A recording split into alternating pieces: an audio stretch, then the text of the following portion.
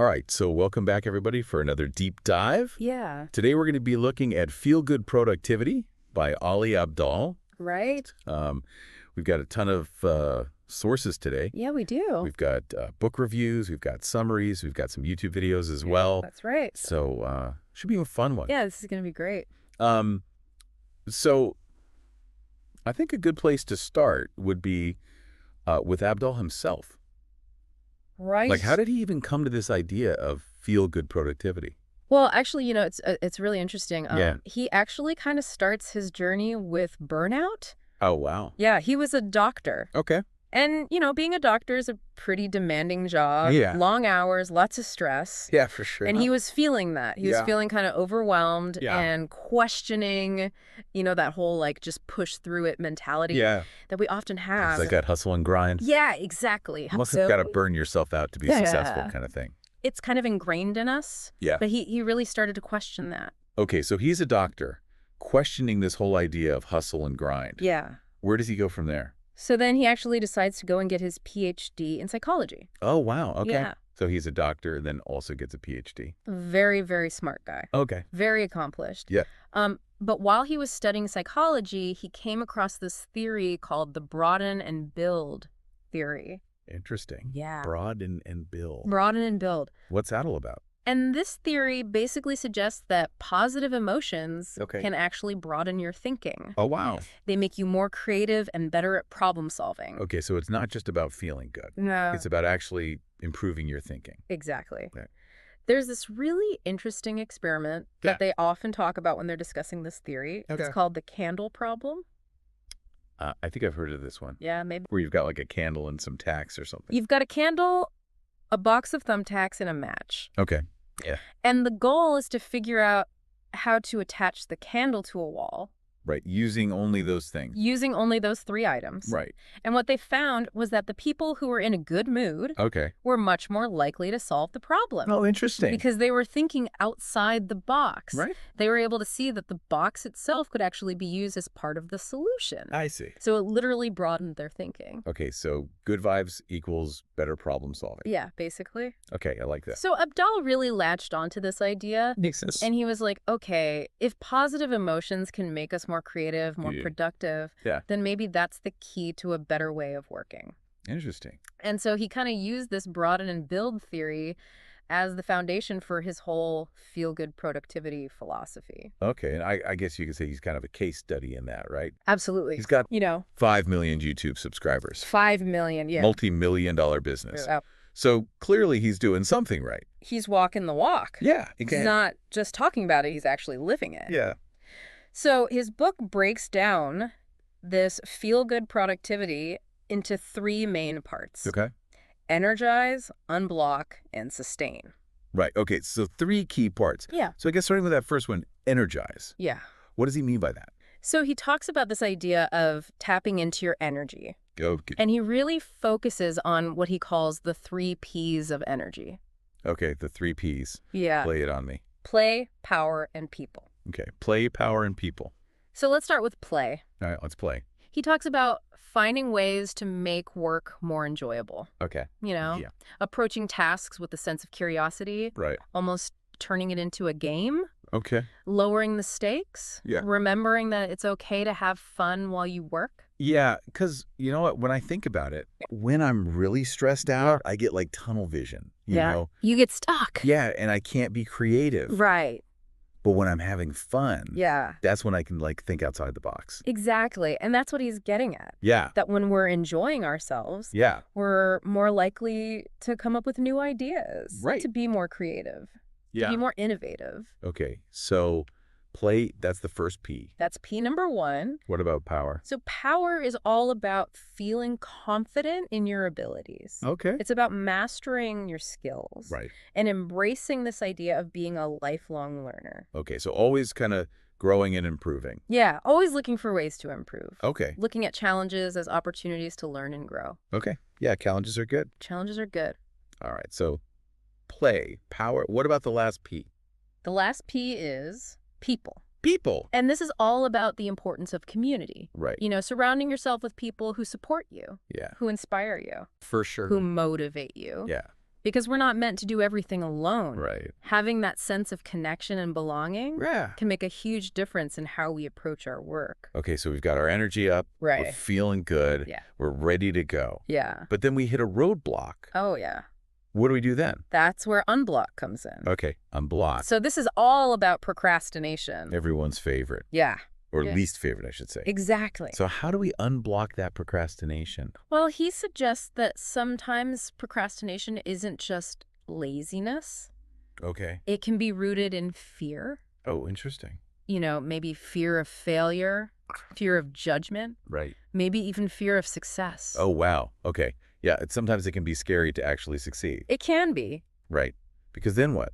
Right. Then what? So we've got to identify those fears that are causing us to procrastinate. Exactly. Okay, and then what? Well, he recommends using these techniques, like asking yourself probing questions to really get to the root of the issue. Okay, so really digging deep. Digging deep. To figure out why we're actually procrastinating. Exactly. Okay, so we've got the energy. Yeah. We've unblocked those roadblocks. Right. But how do we keep this going long term? That's the big question. Right, because I feel like a lot of times I'll be super productive for a while. Yeah. And then I just crash and burn. Burnout. Yeah. That's the Sustain. Okay, so how do we sustain this without burning out? That's where the third part comes in. Okay. So he's really big on preventing burnout. Okay. And one of the things he talks about is that there are actually different types of burnout. Oh, really? It's not just one thing. So it's not just working too many hours. Not just working too many hours. Okay. There's burnout from overexertion. Okay, so like pushing yourself too hard. Pushing yourself too hard physically. Right. But then there's also burnout from depletion. Depletion. Which is more about feeling emotionally drained. Oh, okay. Like you've just given too much of yourself. Well, and then there's burnout from misalignment. Misalignment. Okay. And this is when you're working on things that don't align with your values. Okay. Yeah, that makes sense. Or your goals. Right. If you're doing something you don't really care about. Yeah. That's got to be draining. Yeah, absolutely. Okay. So 3 different types of burnout. 3 different types? But what do we do about it? Well, he offers a bunch of different strategies in the book. Okay. But one that I found particularly interesting is this idea of creating an energy investment portfolio. Oh, that sounds interesting. An energy investment portfolio. Yeah. So it's basically like thinking of your energy like money. Okay. You know, you want to invest it wisely. Yeah. You want to diversify your investments. Right. And you want to make sure that you're putting your energy into things that are going to give you a good return. Okay. So it's not just about working hard. Yeah. It's about working smart and making sure that we're not investing our energy in things that are going to drain us. Right. Okay, I like that a lot. It's about being mindful of how you're spending your energy. Yeah.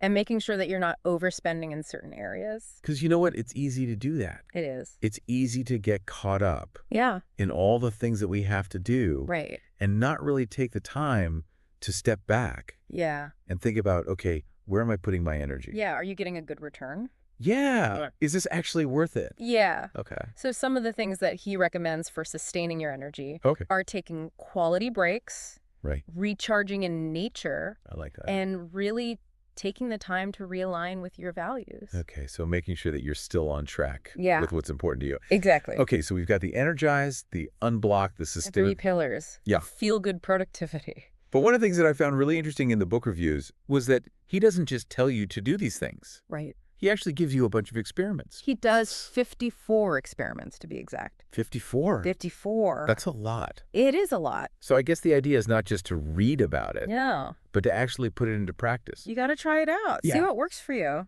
So out of those 54, yeah, which ones kind of jumped out at you? Well, there are a few. Okay. One is called the Batman effect. The Batman effect. And this one is all about overcoming presentation anxiety. Wait, so you just like dress up as Batman? Not quite. And then you're not nervous anymore? No, no, no. Okay. But it's this idea of embodying the confidence and the determination of Batman to help you push through those nerves. Okay, so it's more about like a mindset shift. Exactly, mindset shift. Okay. Channeling your inner superhero. Okay, like that one. Another one is the 5-minute rule. Okay. And this one is all about procrastination. Okay, we're back to procrastination. Yeah. So how does the 5-minute rule help with procrastination?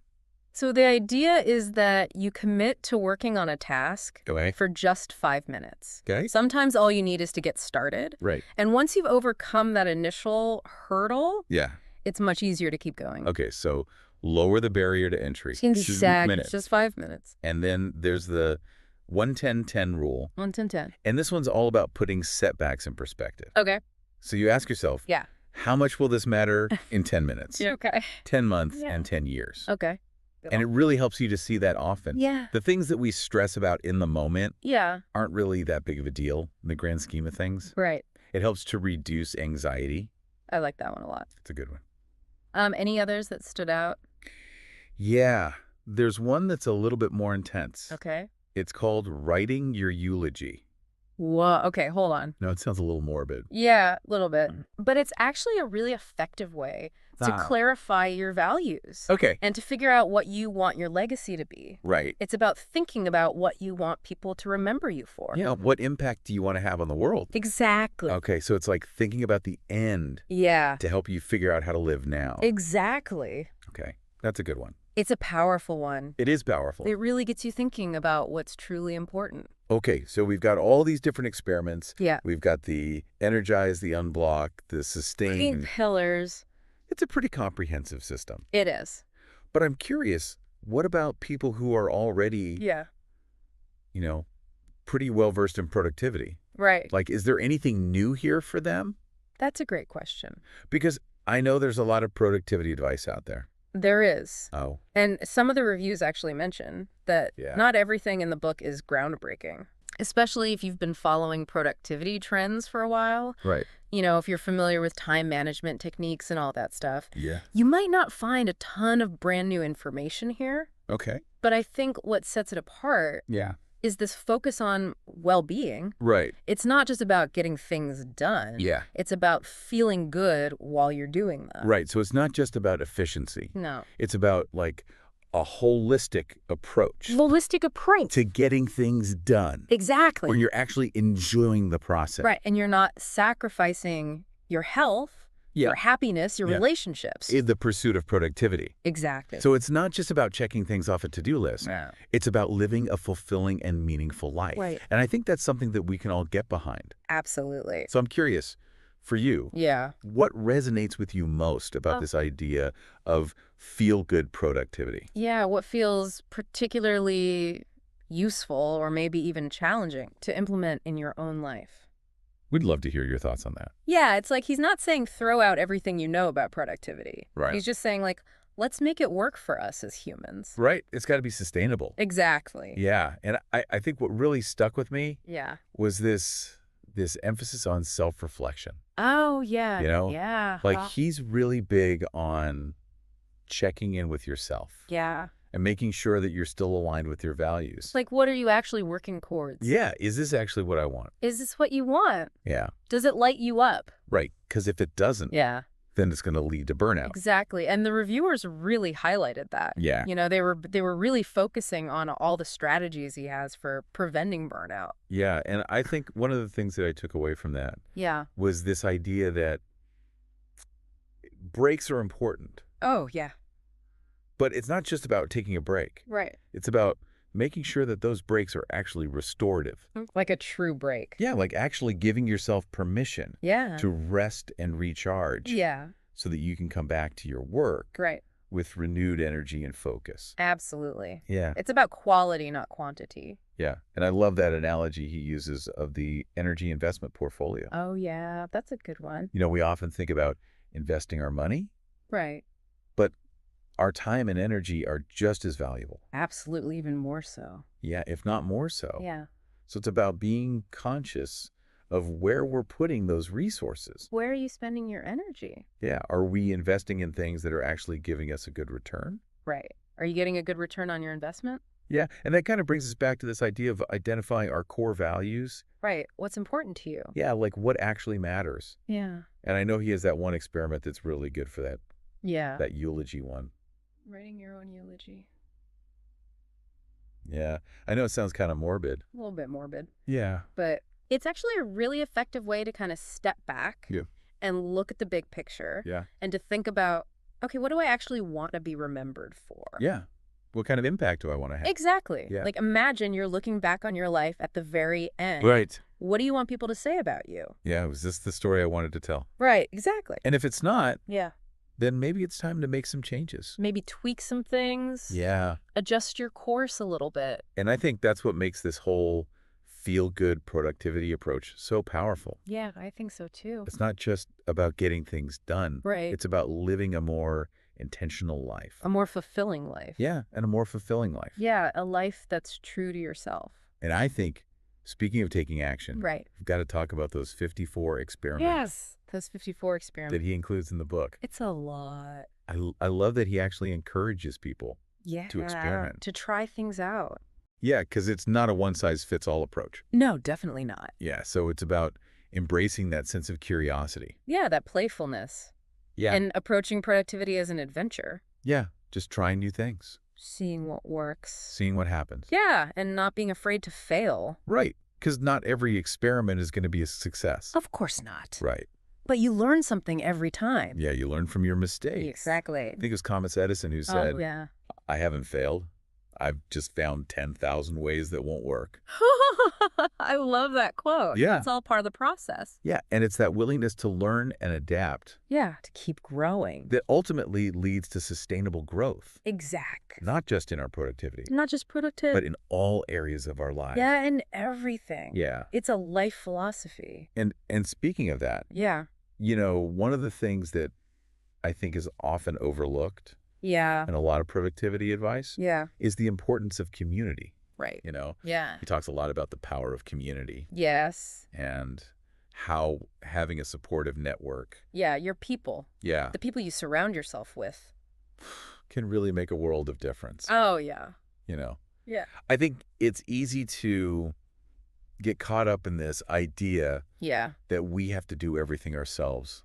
The lone wolf. Yeah, the lone wolf. Yeah. But we're not meant to do everything alone. We're not meant to be alone. Right, we're social creatures. Social creatures. And we thrive when we have those connections. Yeah, absolutely. And those connections don't just make us feel good. No. They actually make us more productive. Right, because when you feel supported, yeah. when you feel encouraged, yeah, you're more likely to take risks. Yeah. Try new things. Put yourself out there. Put yourself out there, yeah. Yeah. And that's where the growth happens. Okay, so it's like this positive feedback loop. Yeah. You know? Yeah. The better we feel, the more connected we are, the more productive we become. Exactly. And the more productive we become, the better we feel. Yeah, it all kind of works together. It's all connected. Yeah. Yeah. I like that. And so I think that's a really powerful message. Yeah. Especially today, you know, when we're all so busy. Yeah. And we're constantly being bombarded with messages. Right. About, you know, doing more, being more. Yeah, hustle and grind. Hustle and grind, yeah. Yeah.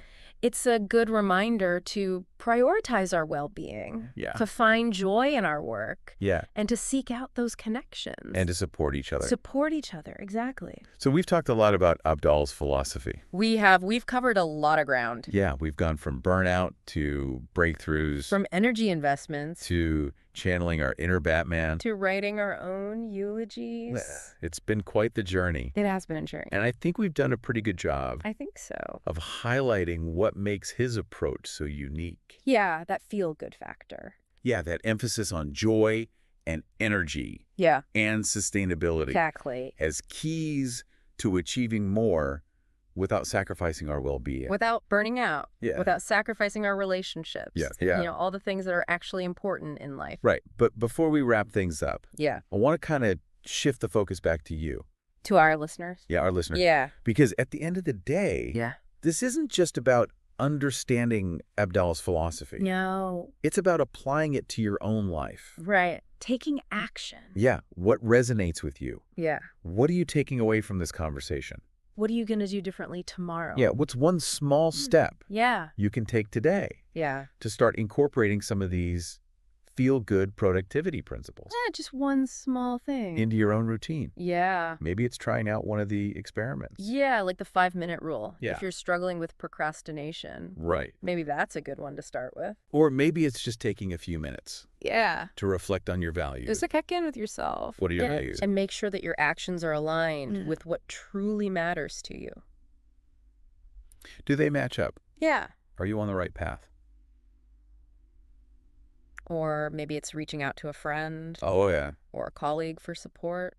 Yeah, connection is so important. Yeah. Don't forget that. Or even just brainstorming ways to make a particular task more enjoyable. Yeah, make it fun. Why not? Whatever it is, just remember that even small changes can have a big impact. They really can. So don't underestimate the power of taking that first step. Yeah, that first step is the most important. Yeah. And then just keep going. Yeah, and don't be afraid to experiment. Absolutely. You know, find what works for you. Yeah. And don't be afraid to adjust your approach. Yeah, life is a journey. As you go along. It's not a destination. It's a journey, not a destination. And sometimes the most important thing is to just enjoy the ride. Enjoy the ride, exactly. Wow, it's amazing how much ground we've covered. Yeah, a lot. You know, we started with burnout. Right. And now we're talking about channeling our inner Batman. Exactly. You know, I love it. It's all connected. It is all connected. You know, this whole idea that we can be productive. Yeah. And actually enjoy it. Yeah, and feel good while we're doing it. Yeah, why not? You know, I think for so long, we've been told that productivity has to be about grinding and hustling and pushing ourselves to the limit. Sacrifice. Yeah. You got to sacrifice. But Abdaal's saying you don't. You don't have to. You don't have to. It's a myth. Yeah. You can actually achieve your goals and feel good while you're doing it. It's not about working against ourselves. No. It's about working with ourselves. Exactly. And I think that's a really powerful message. Yeah, it's a shift in perspective. Yeah. From discipline to enjoyment. Yeah. And when we enjoy what we're doing, we naturally become more engaged, more creative. For sure. And ultimately more productive. Yeah, it's like that saying, do what you love and you'll never work a day in your life. Right. Of course, not all of us can. Yeah. You know, spend all of our time doing exactly what we love. Right. But I think the point is that we can find ways to make even the most mundane tasks more enjoyable. Yeah. More meaningful. Infuse them with purpose. Yeah. You know, and that's where those experiments come in. Yeah. It's about finding what works for you. Yeah. What helps you tap into that flow state. What keeps you energized and motivated. Exactly. It's a journey, not a destination. A journey, not a destination. So I guess the question is, could shifting your focus from discipline to enjoyment unlock a whole new level of productivity for you? Yeah. What if instead of forcing yourself to do things you hate, you found ways to make the process more enjoyable, more engaging, more aligned with our values? Exactly. Yeah. That's the key. That's the key. Yeah. All right. So as we wrap up this deep dive, maybe you'll try channeling your inner Batman next time you're facing a challenge. Yeah, why not?